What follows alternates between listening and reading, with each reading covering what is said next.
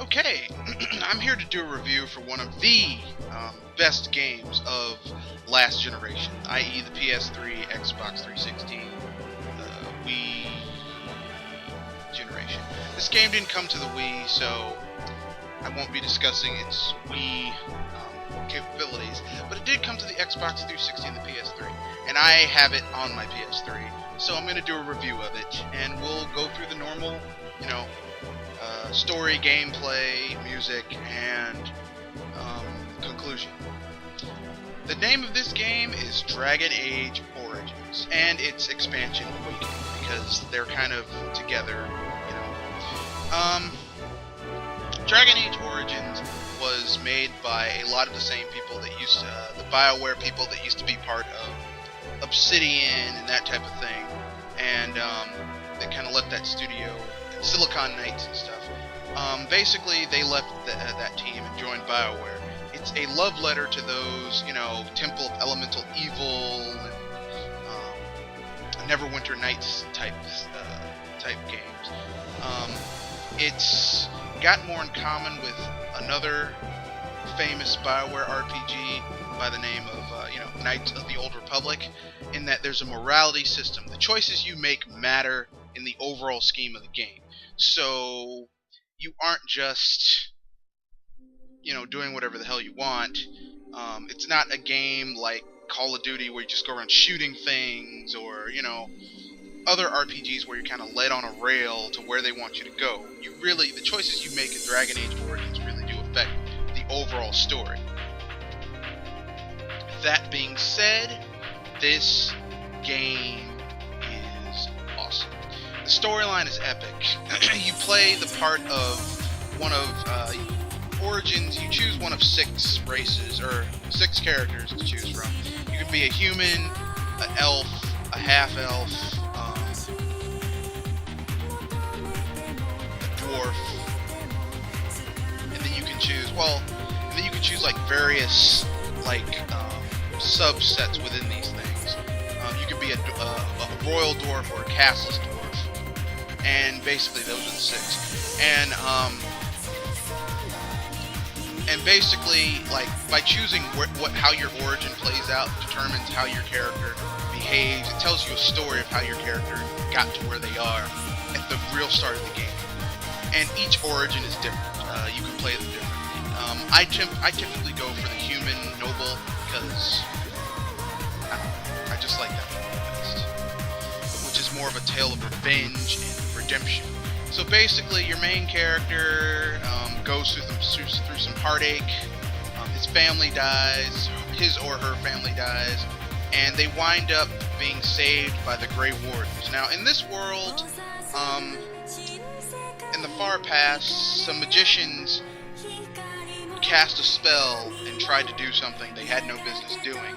And in doing this, they unleashed an evil that still ravages the world today called the Blight. This is where these creatures called Darkspawn basically come spilling from out of the earth and basically wipe out everything possible that they can get their hands on. The only thing that can stop the Blight are the Grey Wardens. And there's a little secret as to how they do this. The Grey Wardens essentially, in order to become Grey Wardens, drink some of the blood from a Darkspawn. Okay. Now, when you're infected with the Darkspawn, you become a Darkspawn, unless you have the willpower to withstand it. But either way, it still in the end gets you. It either drives you crazy or you become a Darkspawn. In the case of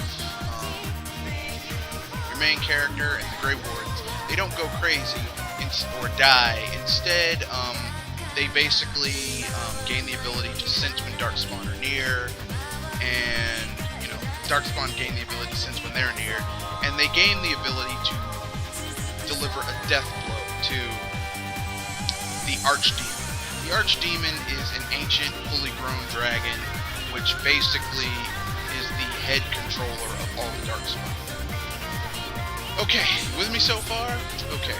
Now, during this point in time, a lot of intrigue goes on, which basically makes it so that you as the Grey Warden have to go around gathering your allies and building war supplies and, you know, helping out certain groups of people, kind of like in Knights of the Old Republic, the original, where you had to like go and form various alliances, and, you know, if you played for the Republic and you were light side, you were basically trying to, you know, make it so the dark side so the Empire couldn't get jack shit, which always, you know, I hate the Empire, so I always make sure they didn't get jack shit.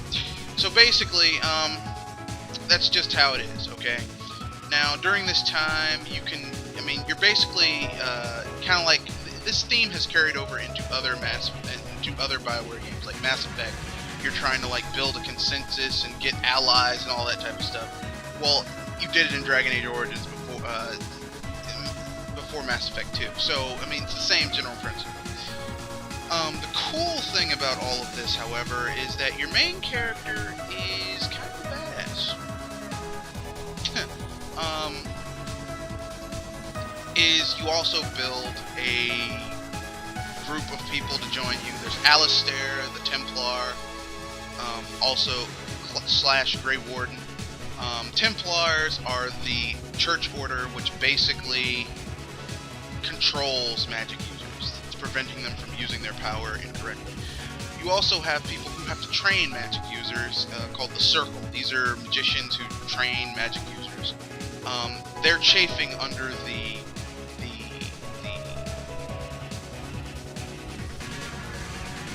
hold of the Chantry, which is the church in this universe, in this game. And the Chantry feels that mages are just, you know, they're too powerful. Basically, it boils down to the church not liking, the church wanting to consolidate their power. Because magicians can do things without the power of the Chantry. They have power to do amazing things, and the Chantry can't deal with that. So they basically are trying their damnedest to control them and keep them from doing a repeat of what happened in the past with the Blight and Darkspawn and all that stuff. So that's the storyline. Now, culminating with your character eventually facing the Archdemon and defeating it, and etc., whatever. Now, gameplay. This game plays out like a BioWare RPG from back in the day. You choose an enemy, you attack automatically, and then you can choose special attacks from your little attack wheel below your character. But the cool thing is that you can switch from character to character and set up some pretty awesome combos. The gameplay is, the battle system in the game works. Okay, the real essence of an RPG is storyline and how you get invested in the game. So, you know, graphically speaking, this game, it looks pretty good. I mean, it looks like a PC game. It looks like a pretty good PC game from like 15 years ago. It's pretty good. I mean, it's not great. It's pretty good. Or not 15 years ago, 10 years ago. It looks like a pretty good upscaled game from 10 years ago. But it's a pretty good game. It's, I mean, you know, the graphics get the job done. Nothing too special, but pretty good. We covered gameplay, we covered graphics, music. The music in this game is epic. Okay? I don't think they've topped the music yet in a Dragon Age game from the first one. Because, I mean, when you're about to kick someone's behind in this game, you really feel it. When you're in the middle of a forest, and it's an ambush, the music tells you, oh, some stuff's about to jump off. When you're facing a dragon, you really know, oh, this dude's tough. The game is very well made. Very well made. The music is excellent. So, in conclusion, this game is a must-play. Is it perfect? No. But it's very well made. Now on to the expansion. The expansion carries many of the same, it uses the same graphical assets as the original version of the game. So really what you get from the expansion is more of the original game, just short. New companions, a few old ones showing up, but generally new companions. You know, nothing too special, nothing too out there. but it tells its own interesting side story. In the expansion, you go to Orlais. If I remember correctly. Yeah, you go to Orlais. Or you go to the Verdant, to a place that's near the Verdant Sea that had once been hit by Orlais, and you basically have to rebuild this keep that the Grey Wardens used to have sole ownership of. And you have to deal with like a new breed of Darkspawn that are intelligent. And I mean, the storyline isn't as good as the first one, but it's still very interesting. And you get to fight 3 of my most least liked enemies ever in a Dragon Age game. Broodmothers. Oh god, I hate those things. Oh, they're so disgusting. And if you don't know what a Broodmother is, leave a comment in the section. I'll tell you. Ugh, they're friggin' disgusting. Now, this concludes my Dragon Age Origins and Awakenings review.